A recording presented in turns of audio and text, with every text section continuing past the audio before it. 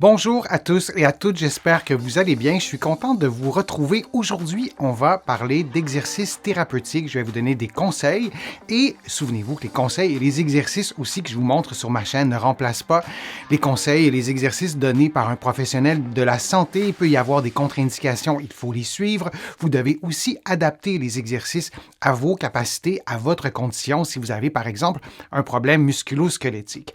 Vous allez trouver plusieurs des exercices que je vous propose aujourd'hui dans mon livre Plus jamais malade et aussi dans mon livre sur le vieillissement pour contrer les effets du vieillissement et aussi mon livre pour soulager les douleurs au dos et au cou. L'exercice de la stabilisation lombaire à quatre pattes, c'est un exercice qui permet de stimuler des muscles qui sont situés des deux côtés du tronc et c'est ce qu'il faut retenir de cet exercice-là.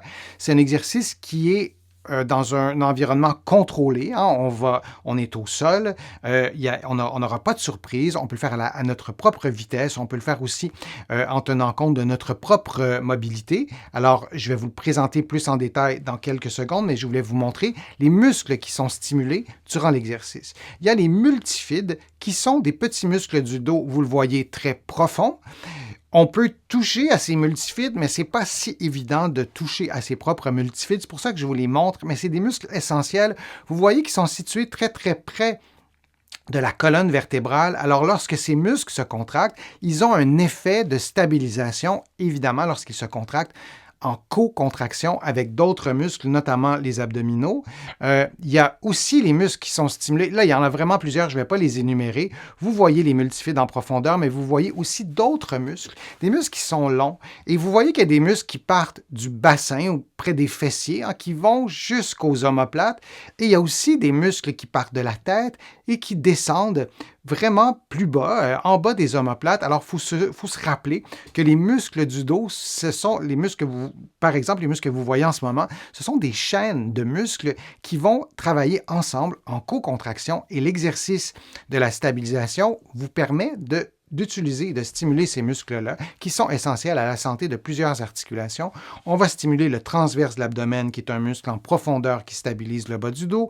On va stimuler l'ensemble des abdominaux, notamment les muscles obliques qui sont importants, encore une fois, pour les mouvements de la vie de tous les jours, mais aussi pour stabiliser toujours cette région du dos. Dans quel contexte on peut faire l'exercice? Pour quels symptômes? Pour quelle pathologie? On peut faire l'exercice de stabilisation abdominale dans un contexte de sténose spinale, qui peut donner des symptômes qui ressemblent aux symptômes de la hernie discale, de la sciatique, de la sciatalgie, par exemple, mais ce n'est pas causé par le même problème. Ce n'est pas un problème du disque intervertébral. Dans ce cas-ci, dans ce que je vous montre, hein, le gel du disque intervertébral est en rose, l'anneau est en bleu, et on voit que c'est en bonne condition, mais vous voyez dans l'image de droite, au centre, que les vertèbres sont au centre, dans le canal spinal, par où passe la moelle épinière, il y a de l'usure. On voit que ce n'est pas normal, ce n'est pas comme dans l'image de gauche.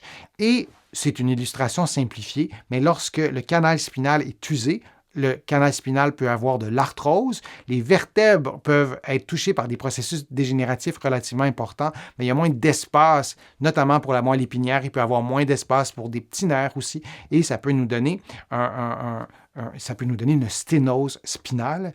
Et de faire l'exercice de stabilisation, et ça on l'oublie, ça peut souvent régler les symptômes. Il y a des études qui ont été faites qui ont démontré qu'un bon programme d'exercice, un bon suivi en physiothérapie ou en kinésithérapie de l'autre côté de l'Atlantique, ça a parfois les mêmes résultats aussi bons qu'une chirurgie, par exemple. Alors, notamment, l'exercice de la stabilisation abdominale, c'est bon pour ça.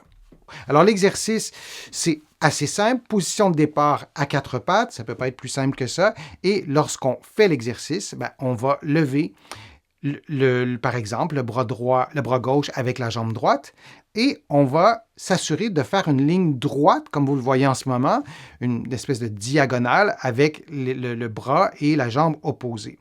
Lorsqu'on fait l'exercice, et là c'est évident parce que c'est une animation 3D, mais lorsque vous allez faire l'exercice, souvenez-vous de cette animation 3D et souvenez-vous que le bas du dos de la personne et le bassin ne bougent pas.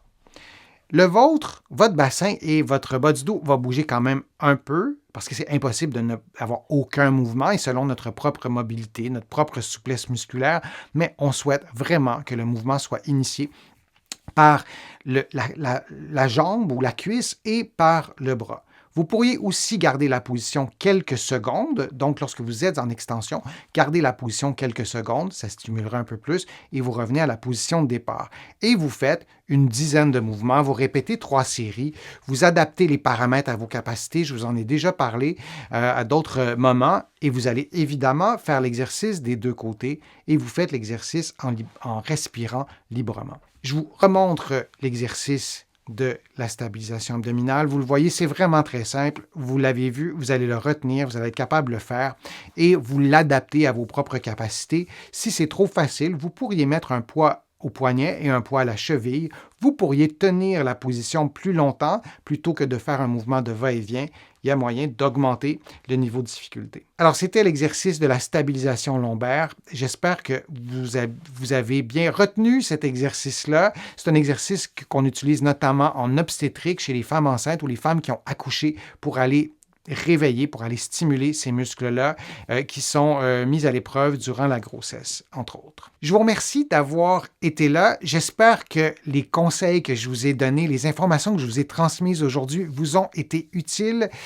Je vous remercie de faire une contribution à ma chaîne. Vous êtes plusieurs à le faire et je vous remercie et considérez ces remerciements comme personnels. Ça m'aide beaucoup à pouvoir vous produire de plus en plus de contenu et c'est ma résolution de cette année de vous en présenter encore plus régulièrement pour répondre à vos besoins, répondre à vos questions que vous me posez sur les fils de discussion. Je les lis toutes, vos questions, et j'y réponds individuellement quand c'est possible. Sinon, je le fais dans des vidéos. Vous allez trouver beaucoup d'informations sur mon site web, le www.denisfortier.ca. Vous allez aussi trouver beaucoup d'informations dans mes livres, notamment mon livre Plus jamais malade, mon livre sur le vieillissement, mon livre sur les douleurs au dos. Il y en a d'autres, vous les connaissez. Et en visitant mon site web, le www.denisfortier.ca, vous allez pouvoir aussi vous abonner gratuitement à mon infolettre, au courriel thématique et garder contact avec moi.